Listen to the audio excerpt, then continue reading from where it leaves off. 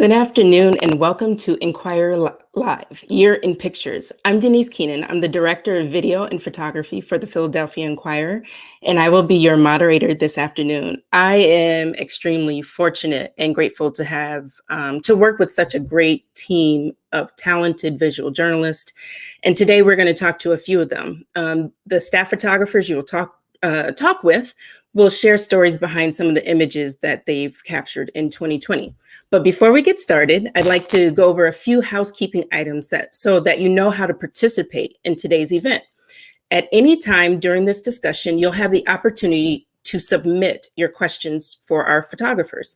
To do so, please ask your questions in the comments section at the bottom of this page. If you're watching us on social platforms, please join us for the Q&A at inquirer.com/live YIP to submit your question. As time allows, we will answer as many questions as possible. So without further ado, let's bring out some of the photographers that you guys want to chat and meet. So first we'll have David Maialetti. We'll bring him out and have him introduce himself. Dave. Hi, everybody. I'm David Maialetti. I am a staff photographer at the Philadelphia Inquirer. I've been on staff for almost 25 years now. I'm a native Philadelphian. And I was told I was allowed to promote a book that I've worked on called Lutzara, Another Look.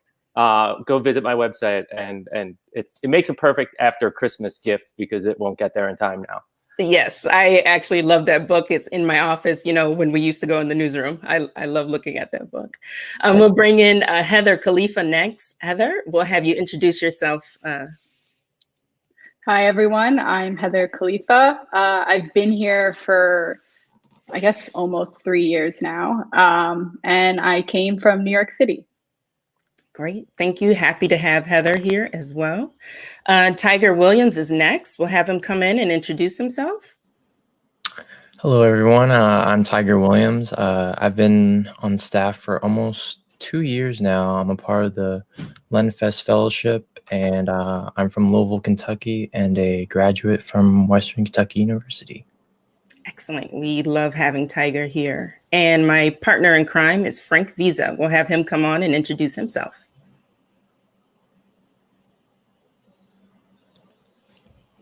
We'll have to get his sound, get your sound checked in a second here. No, let me do it again. How's that? Sounds good. Sounds good. Hi, everyone. I'm Frank Visa. I'm a photo editor here. I'm the deputy director for photo and video. I've been with the paper for 12 years, and I was one of the editors of the project. Thank you, Frank.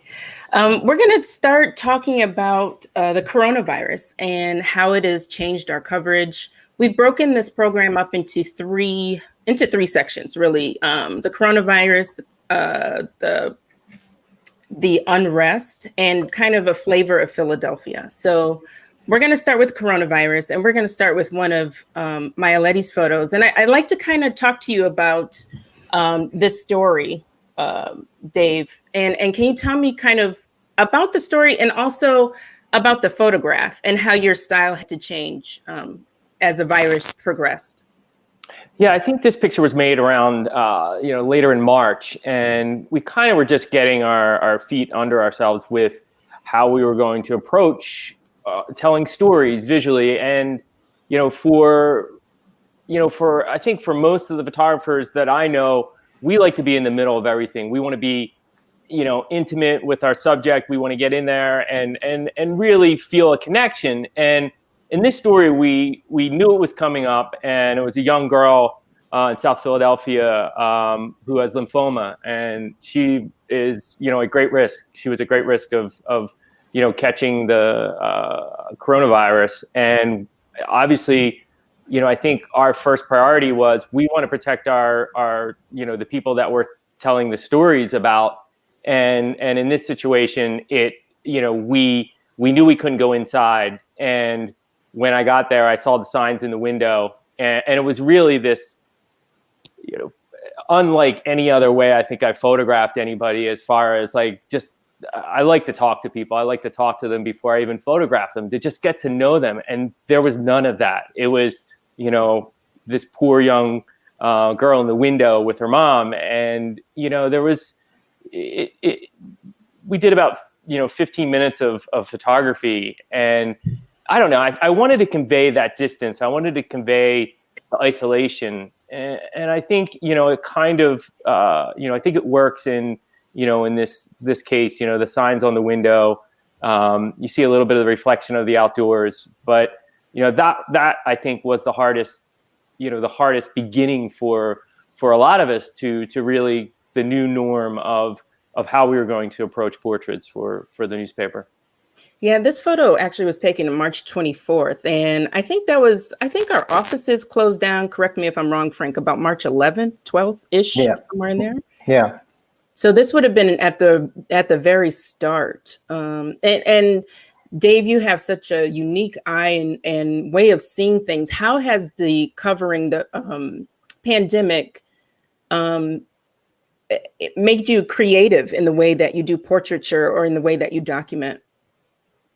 Yeah, I think it was in the beginning, it was definitely something that kind of threw me off as far as being a visual storyteller. I generally like to be 3 feet at most from my subject, and suddenly it was like we needed to put on our telephoto lens, and we were 10 feet away from the subject, or more sometimes.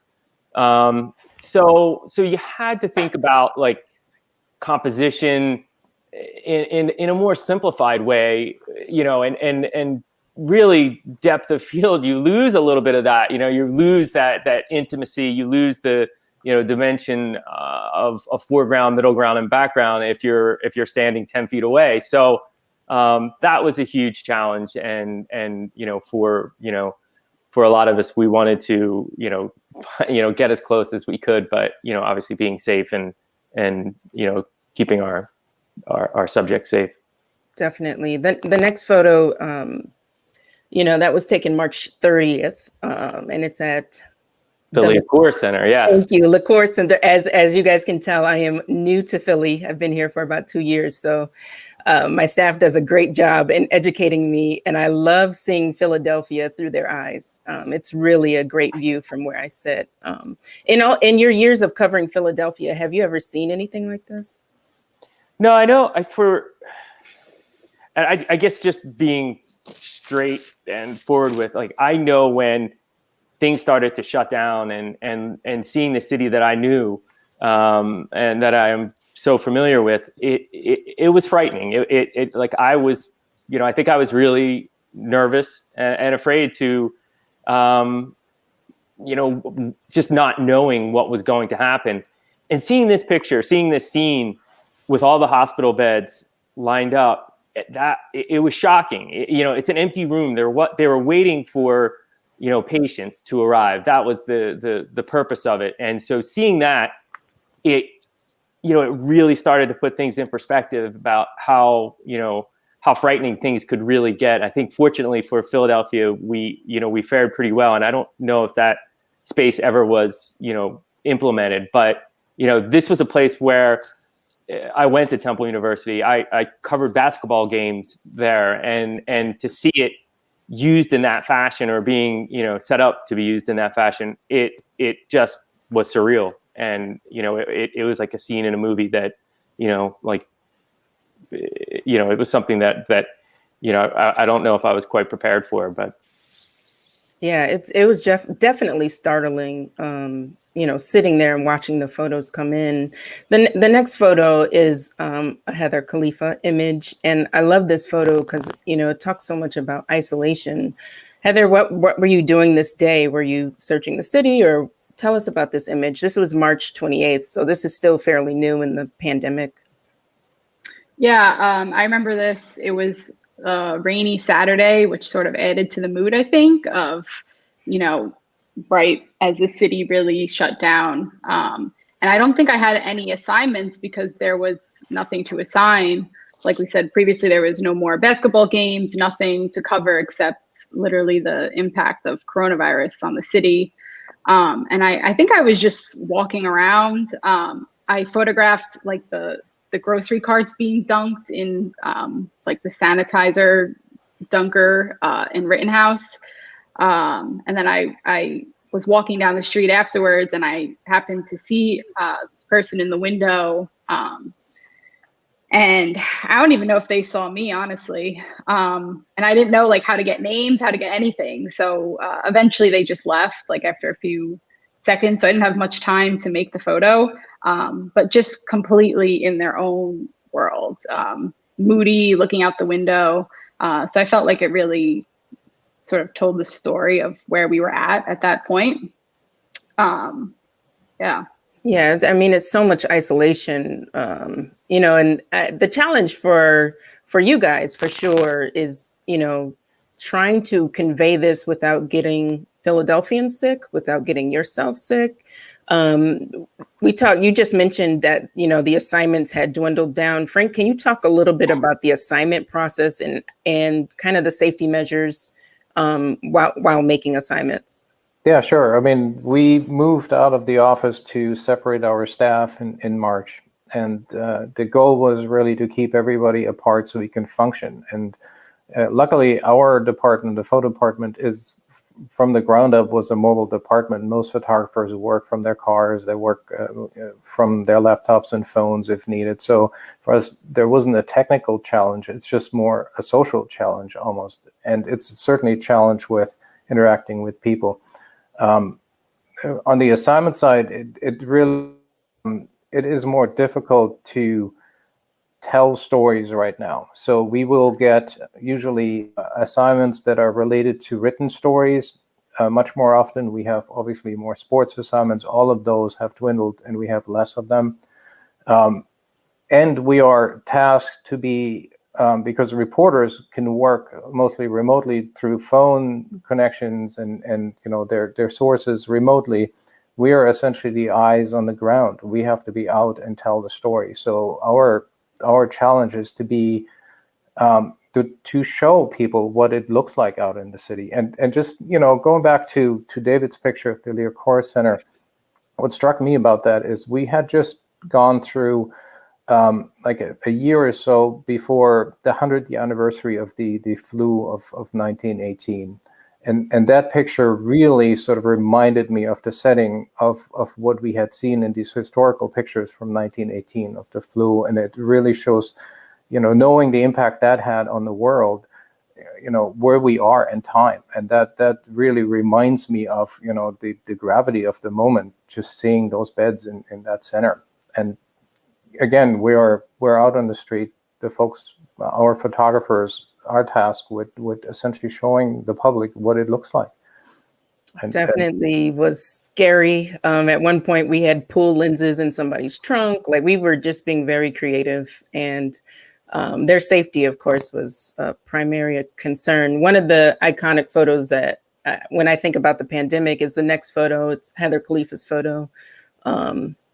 Heather, you want to talk about this photo and kind of how it came about and kind of your experience doing the story?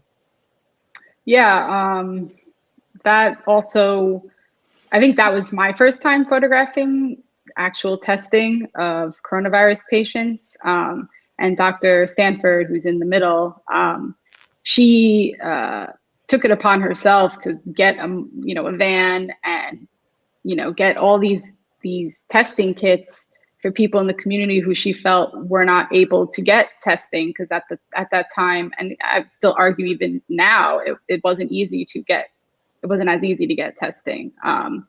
So she did it at this church, outside of the church, and there was like this lull of a break, and she was like, "Let's take a picture, and we'll all stand 6 feet apart." So they did this, and you know, I tried to frame it so that I could get like the empty street and just, you know, sort of like at this point, most testing sites were, you know, people driving up in their cars. For us, it was in South Philly at Citizens Bank Park. So this was just a completely different assignment. And obviously she's done a lot for the city since then and has gotten a lot of recognition and still frequently does this, but this was like the first or second time that she had done this. Yeah, when I saw this come, it's not a desk, but you know, we say when we see it come across the desk, when I see it in the system, I was like, whoa, what is this? It was just a really nice frame. And you had a lot of photos to go with the story. This is one of many, but it's definitely one that I I remember often when I talk about the pandemic, which leads us to our next photo. When I saw this come across from Tyger, I was like, did the bunny get arrested, or like what's happening here? And I think this was a weekend, right, Tyger? Yeah, it was. I think it was around like Easter weekend, and it was in Jenkintown, and the local police department, they wanted to do something nice for the kids, and have like a social distance, like bring like treats, sweet treats, healthy treats as well to like the kids. Kind of bring joy during this pandemic. And I don't know.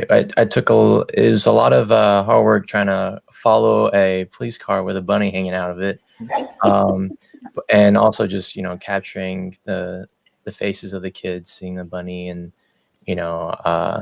the officers were also very aware of being socially distanced, and kids had to set their baskets on the driveway and wave from afar. So it was a very nice moment to be a part of and capture. Oh, this set of photos brought me so much joy. I think we were a month in, maybe, to the pandemic. This is April 11th. And I think we were a month in, and I was like, what? I really had questions about the bunny because I don't see a lot of the daily assignments in the beginning. I might see them at the end of the day. So it was fun to get this set of photos. It's a great photo story. And then the next photo is later on in the year, but it speaks to the pandemic. So can you talk about this photo, Tyger?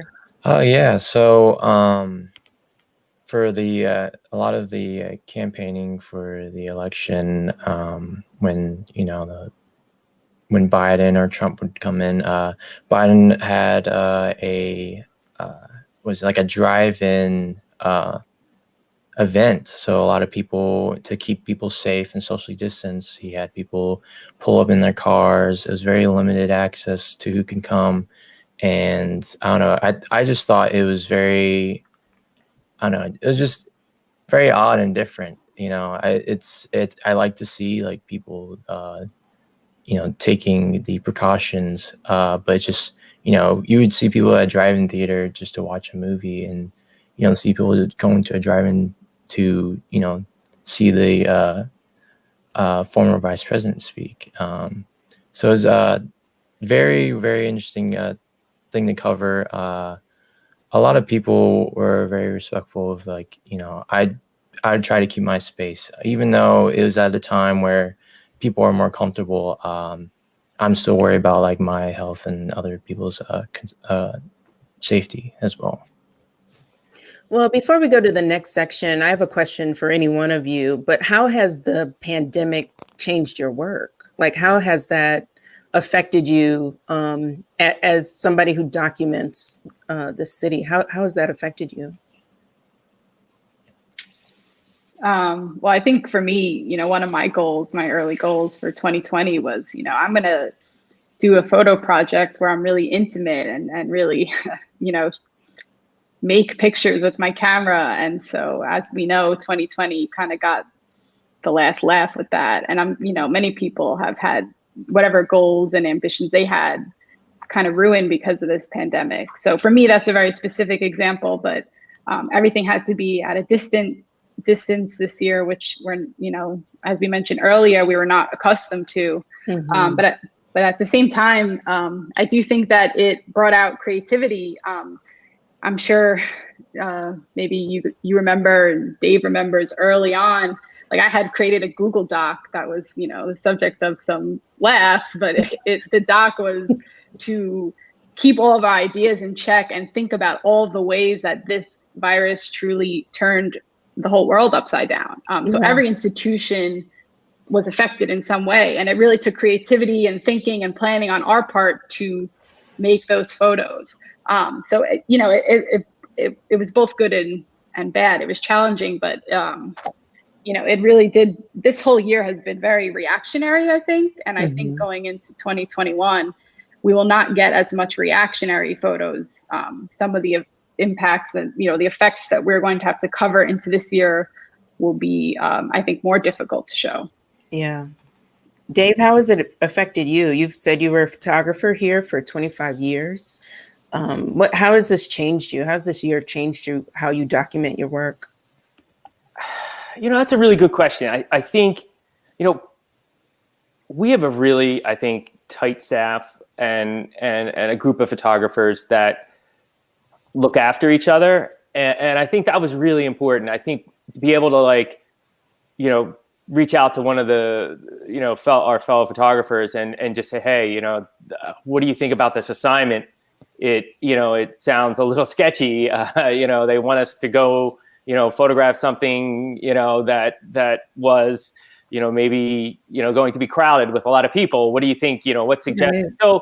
So I think there was a lot of, teamwork in the sense of just bouncing, our approach to assignments. And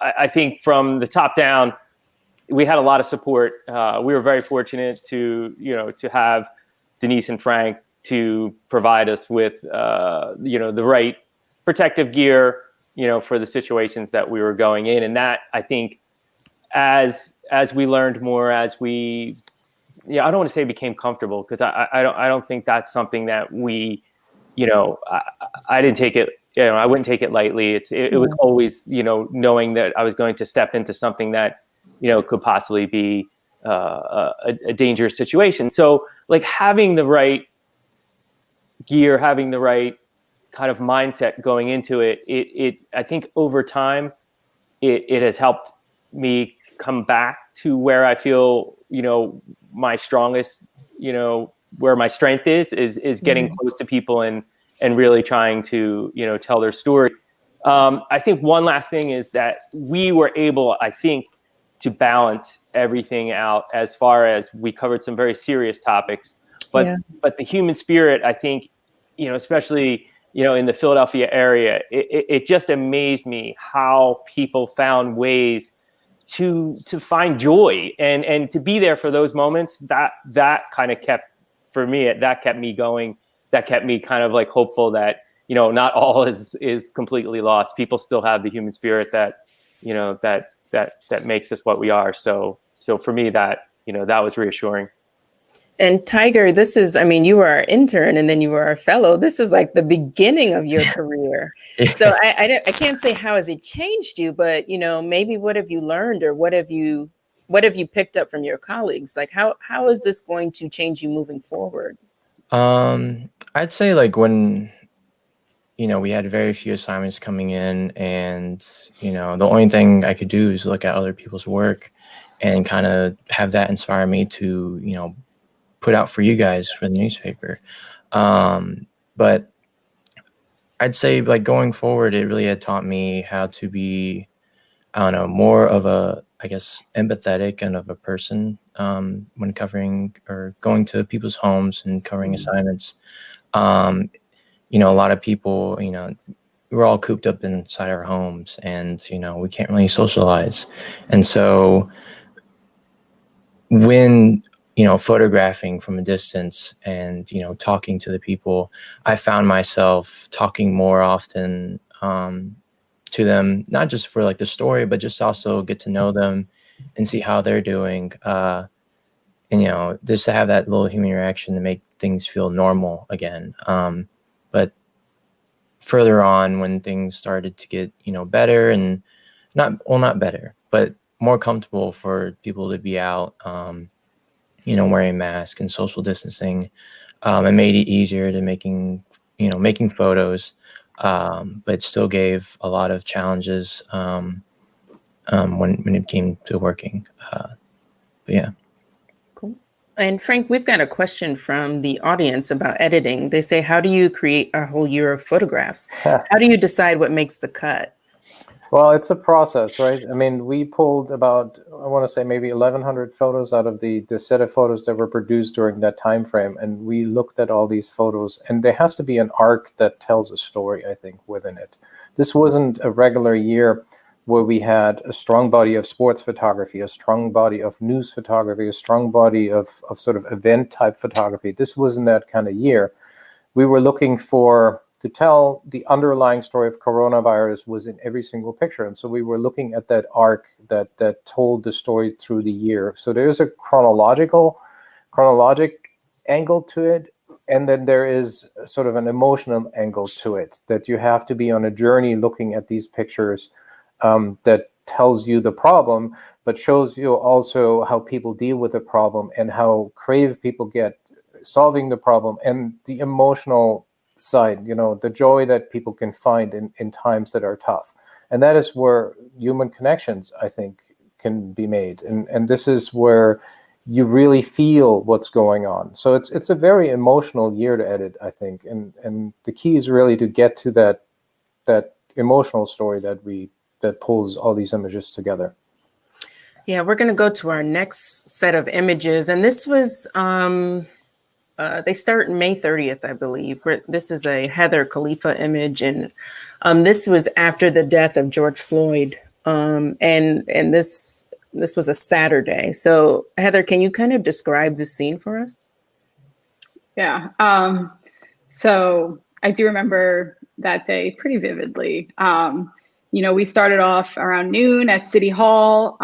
It was a peaceful protest. It started at City Hall, ended at the Art Museum steps.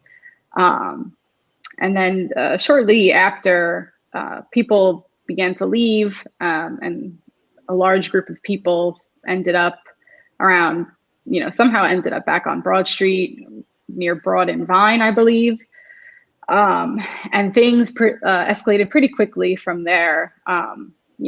Chemicals were released. I didn't even, I was going towards the center of Broad Street when that happened. So I sort of got the reaction from people as people were kind of running away from it, and pouring milk over themselves.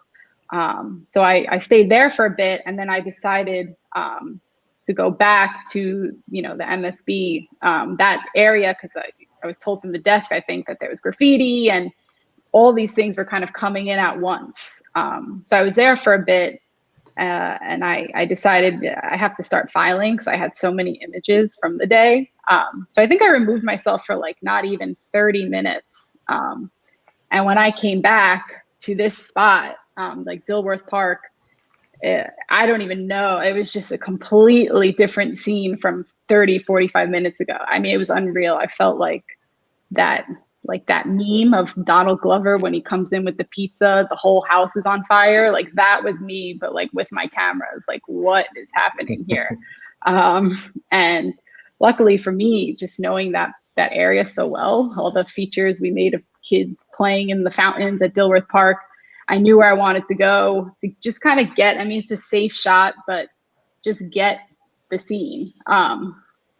And yeah, I had to kind of shove my way a little bit in because at that point there were so many people, and I expected to be told off, but people actually made room for me and were just very it was a weird excitement. It was very palpable, and I think we all knew that this was, especially for Philly, a historic moment.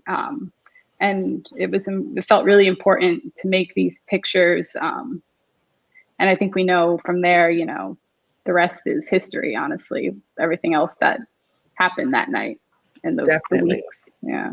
It was definitely scary to watch, from the inside, right? You guys are on the street. It was, Frank and I are watching different helicopter feeds and trying to follow as best as we can. The next photo is Tyger's image.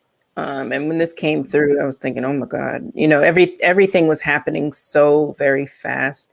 Tyger, can you talk about this photograph? Yeah, so like Heather said, when it all started with the peaceful protests and we all just, you all are just messaging us about, go to Broad and Vine, there's things happening. I think that's where the first, police car was set on fire. And then later on, it started moving towards, City Hall. And I don't know, this is kind of like Philly, not only being here for 2 years, but, a lot of people have to bike around here, a lot of the bikers. And so, I don't know, I just wanted to capture the chaos that was going around, the, broken glass on the ground from all the destruction caused to the police vehicles, and just to show, what is happening around the city. This is my first time ever covering something like this. And like you said, it's very frightening. And, my head was always on a swivel. I was always, kind of worried about my colleagues, the photographers and the reporters. So, being out there was very, it's just very different to what I've been surrounded by. So Definitely. So I guess there was maybe 8 of you guys out there that day at any given time at that particular event, and reporters. So it was quite a few people from the Philadelphia Inquirer there. The next photo is Dave's, and I mean, we have protests all summer. Dave, can you talk about this image a little bit? Yeah, this was actually earlier than the George Floyd protests. This was Reopen Pennsylvania, a group that demanded that Governor Wolf they wanted Governor Wolf to reopen Pennsylvania. They were enough. They had enough with the restrictions. So this event was very crowded. And I would say for the most part, there were a lot of people that supported, President Trump. And, so I wanted to take as much precaution, because I wanted to be close enough to cover this. And I know there were a lot of photographers there that stood across the street and didn't want to mix in, and to get up close. And for me, I knew I needed to be right there. So the challenge, I think, some of the challenges as a photographer dealing with the coronavirus is we're covered up. We're wearing a mask. The mask actually directs, for me at least, directs a lot of my breath up into the viewfinder, which fogs the viewfinder and I can't see. So that's a minor challenge, but as a photographer, it's a serious challenge because we can't, I need to see what I'm photographing, and that's important to me for the sake of, what's happening. And so, getting in there, I knew I wore an N95 mask. I wore a surgical mask on top of that, and I wore goggles. So other photographers were making fun of me. I just knew I did not want to get sick and did not want to take that chance. And I'll just share one last thing about this, covering this. It was in Harrisburg, and early on, and still in April, I guess, I had this ritual of going back to my car where I had hot water in a thermos and soap, and I would wash my hands thoroughly because I didn't know at that point. Like, I thought that was what I should be doing. Well, that drew the attention of the Capitol Police, and they stopped me, questioned me, wanted to see my ID because they said someone reported that I was suspicious. So I guess, in this day and age, washing your hands, alongside of your car is a suspicious activity. So for me, that was kind of ironic, given what I was covering. It is suspicious these days. I think you guys routines and rituals of just trying to stay healthy. We would hear stories about how you guys were how you had, like you said, the water in the car with the soap. You have rituals, especially in the beginning, what you guys do when you get off of an assignment, when you get home. There's cleaning rituals that you guys would go through. I don't want to get sidetracked with rituals because we've got a lot of photos to go. But it was really interesting and innovative how you guys have been able to maintain good health. The next photo is Heather's image. Yes, Heather's image. Heather, take us through this photograph. Yeah, this was this massive trombone rally. I don't want to say massive, but it was a fairly large trombone rally where a bunch of musicians had gone on the art museum steps. And you could probably look this up faster than me, but I think it was in June. June 27th. Mm-hmm. Okay, cool. So it was kind of, I want to say when, there was at one point in end of May, early June, where we were out, every single day covering these protests. And I think at this point, things had sort of slowed down and this was a more organized event. And I think they were playing, what song they played? Maybe like When the Saints Go Marching In. It was like really the final song, and it was really emotional, honestly. And he was the organizer, and he just teared up. And I think, this was one of the more unique Philly protests and events. and I do think it spoke to Philly's spirit. And just recently, like I was editing my own website, and I've gone through all the protests that I covered and how different some of them were. And this was one of the truly more unique, different ones. And it was exhausting to look at all of that. But I do think it spoke to Philly well. And this event in particular was one of the more uplifting ones that I truly enjoyed photographing. Definitely. Maialetti, your image is next. This is on June 1st. That was in the weekend. This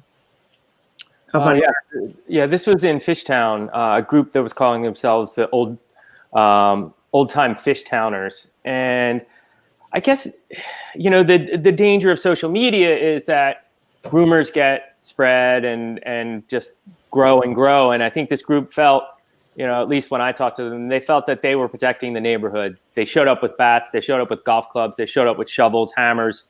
And, I think it was a really, a bad look for the city. It was a bad look for Fishtown. And I think the neighbors, it didn't speak to all of Fishtown.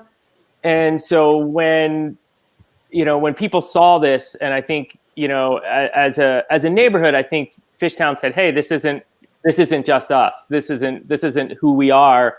And we support all people, and we feel that this isn't right. And the next couple of days, I think the counter protesters outnumbered the protesters. And I think there was a moment during that the police and the protesters came together, and that for me, I think kind of was more symbolic of what the Fishtown that I know, the Fishtown that I see,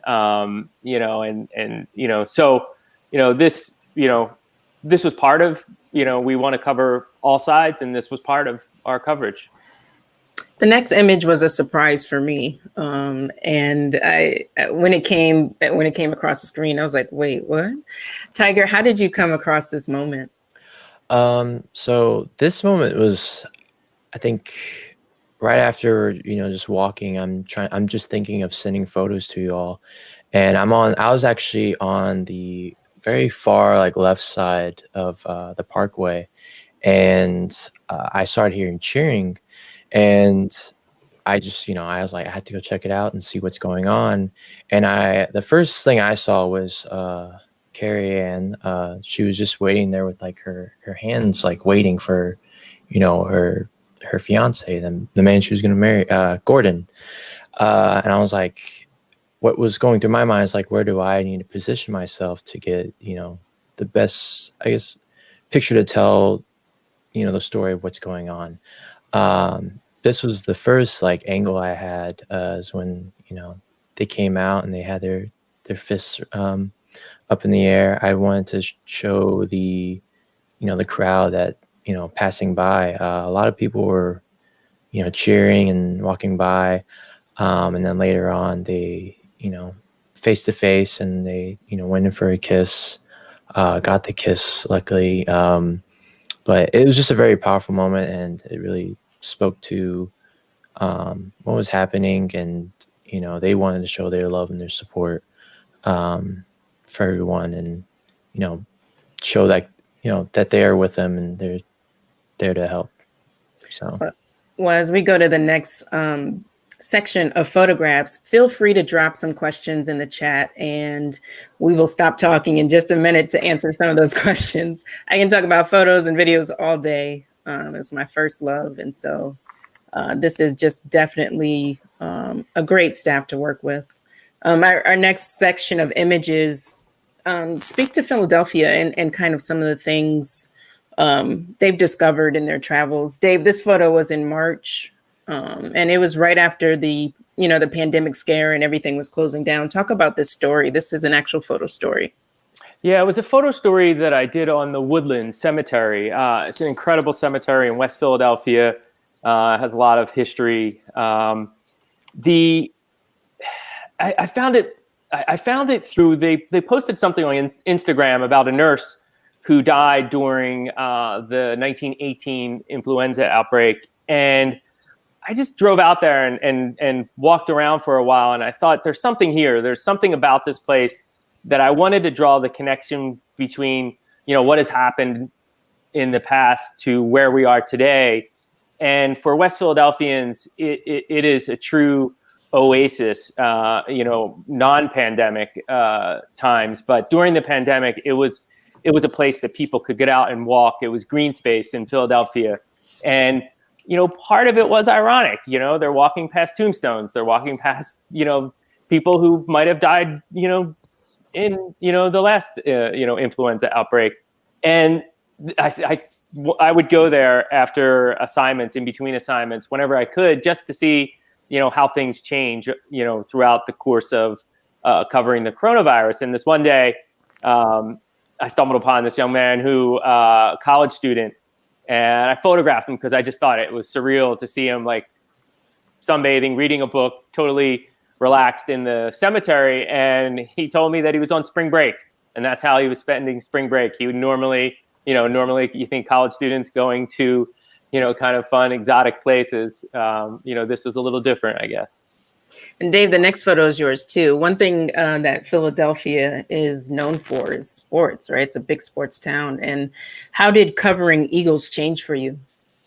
There's a lot of change for all the photographers. We're outside of the field that normally the photographers are on the sidelines or in the end zone, covering it from ground level. This year, that's not the case. We're in the first row of seats, and there was a period where there were no fans, and then they had some fans, and now we're back to no fans. So the first week or so, it was really odd to be at an Eagles game without hearing, the cheers or the boos, depending on what was happening. And, so a big play would happen, and you would go like, is that like, that's it?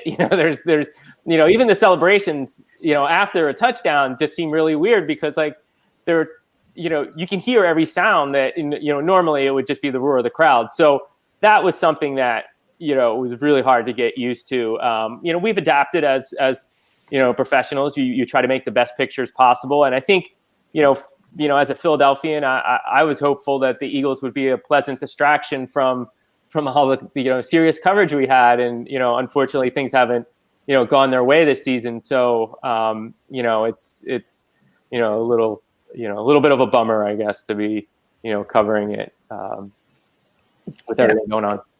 And Heather was actually out of the country when things started to shut down and buzzing started to happen. The next photo is hers. Talk about Morocco. Yes. So it's a perfect segue. I spent a lot of time with Star Wright, who owns the Phantoms, which is a women's tackle football team here in Philly. And, Philly is obviously a huge pro sports town. And one of the most obvious things that Star had told me was, we love pro sports here in Philly, and yet there's no women's pro sports team. And I was like, yeah, there isn't. Because I, growing up in New York, my family loved the Knicks, but we also went to Liberty games all the time at MSG. I had a Teresa Weatherspoon jersey. I remember Becky Hammond playing. And I thought, yeah, people in Philly don't have that experience of a WNBA team, a women's professional soccer team.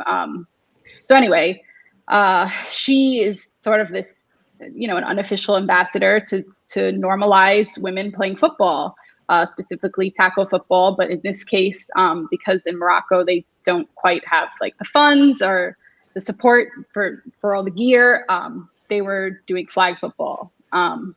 And so she had traveled there and to other countries in Africa to promote American football, and especially for women. And I was fortunate enough to be able to travel with her when she went there. And women's football is its own world, and just to see how truly passionate they are about it, despite not getting paid and despite the dangers to their own bodies. it's inspiring, but it's simultaneously a little upsetting.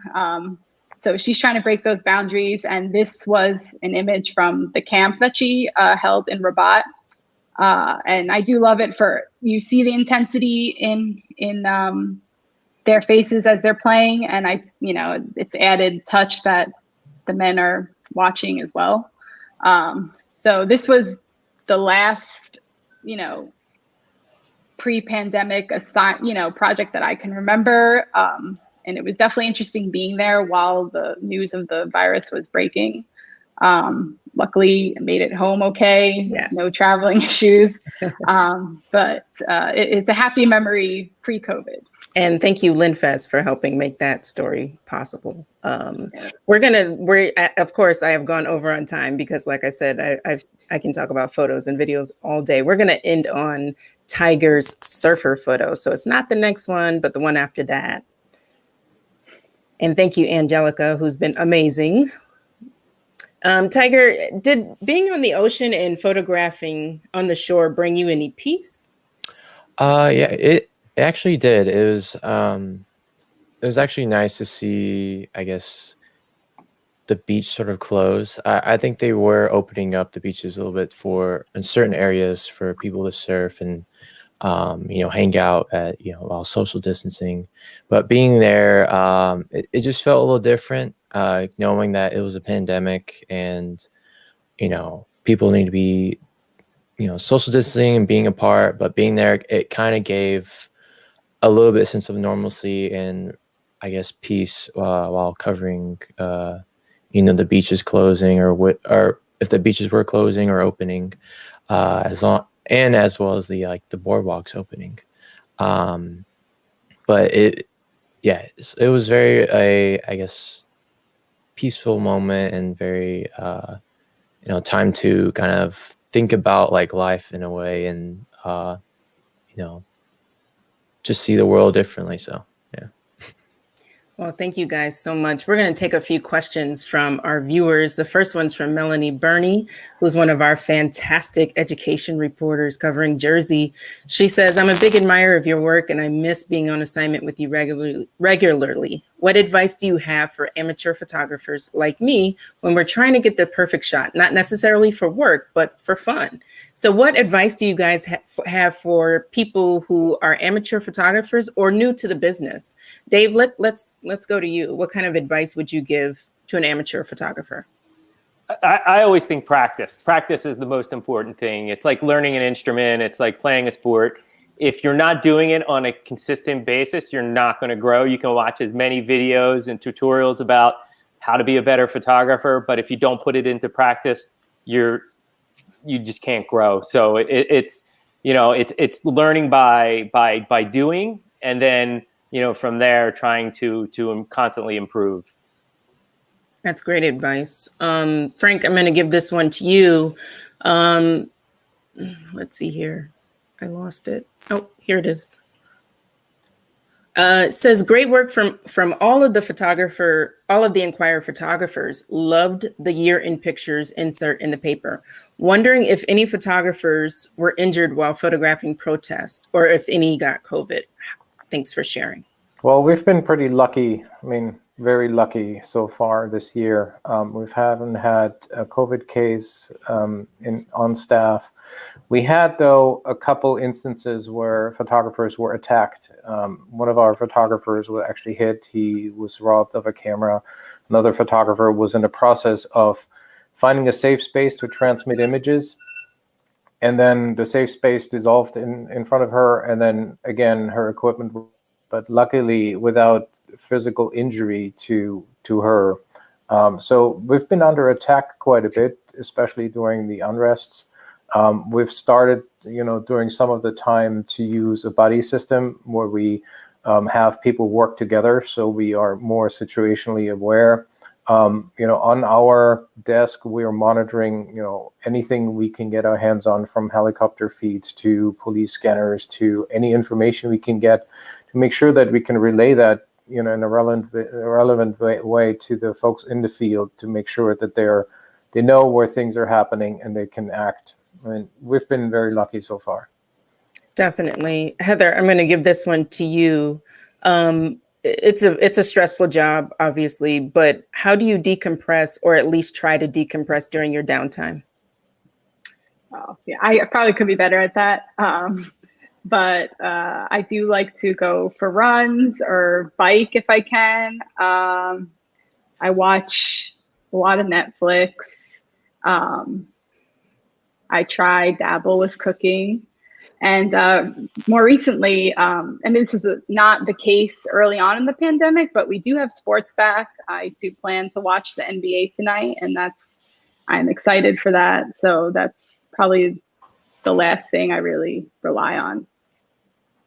Tyger, you've been in a lot of protests at the beginning of your career. Sorry about that. Did you ever feel like your life was in danger while covering any of those protests? In a way, I know that a lot of people, like, as for our jobs, no one really likes the media, either like the police or, protesters, depending on the protesters and just like the people. So I didn't really fear as much. I just knew that I had to be aware of my surroundings and keep my head on a swivel. I hadn't luckily didn't have to face any sort of assault or attack of to myself. I mean, I think the only thing I've ever had was just someone say like, don't take my picture, or you can't take pictures. They'll shove my the camera out of my out of the way. But not necessarily. I knew I had like my colleagues around me, so if I saw them, I would check in on them, and they would check in on me. So I'd made sure to be safe as well when sending photos and covering the protests. I was like a lot of us were in the middle of very intense situations. I'd say I was either right between the line of where people are yelling and shouting and shoving each other. So it was very scary. I think when I was photographing, I was shaking a little bit because it is new to me, and but I knew that to just push through and capture what's happening in front of me, because it's history. It's this is something that we need to cover and let the world know and see. And it also just shows the perspective of like what we go through as photographers, because a lot of people just think we're just taking pictures and that's it, and not really putting in effort. But we care about what we're doing, and we want to do our best in telling the truth and telling the story. Definitely. And shout out for mental health checks, right? Like if you have photographer friends, check on your photographer friends, make sure they're okay. They may seem okay, but actually ask them, are you okay? This is a lot to digest. Dave, this question's for you. Well, I'm going to give it to you. But this commenter says, editorial photographers deal with problem solving in the field more so than other genres of photographers, given that their photos are unstaged and with little background information. How did your background of problem solving in the field help you during these crises? Or were things so different that everything went out the window?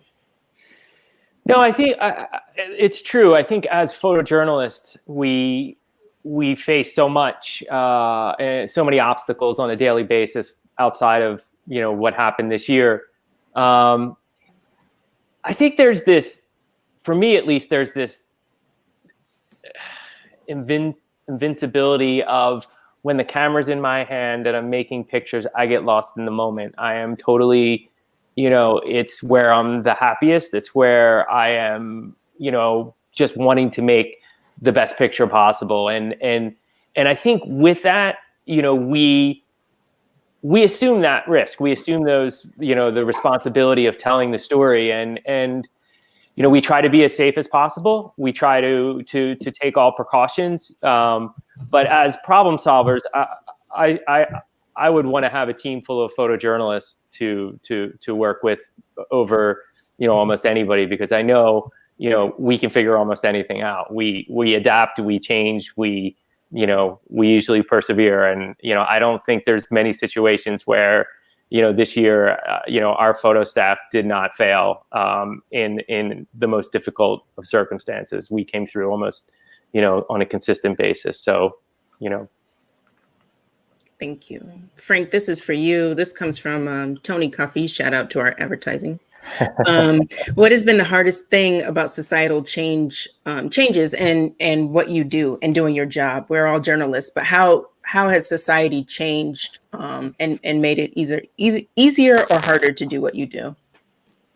Wow, that's an interesting question. I think access is the biggest. Usually we were in normal life, we would be in situations people would open doors for us. I mean, there's very few places photojournalists can't go usually in a normal year. If you tell the story and people want their story out, you can go to places, and now it's all shut. Really difficult to get into hospitals where the actual work is being done on saving lives. Extremely difficult to tell people's stories. Lots of portraits of people on porches. Obviously, safety is our first priority for the subjects we photograph, as well as our staff. So it is just so difficult and limiting to us to tell that story. And it's just, but that's the story. We're locked up. We are, separated from everything. But I got to say, from my own experience, even with my staff, I don't think I felt ever closer to my staff than I have felt now. Even though we don't see each other in person, we interact very closely. We have much better conversations. We I think, are closer than we have ever been. And in a way, being apart has us brought together a lot more. And that's really something I've learned out of this. Dave, in our last minute and 20 seconds, what are you looking forward to next year? Traveling. I miss my friends in Italy. No, I do miss my friends in Italy. That's serious. But I do. I want to.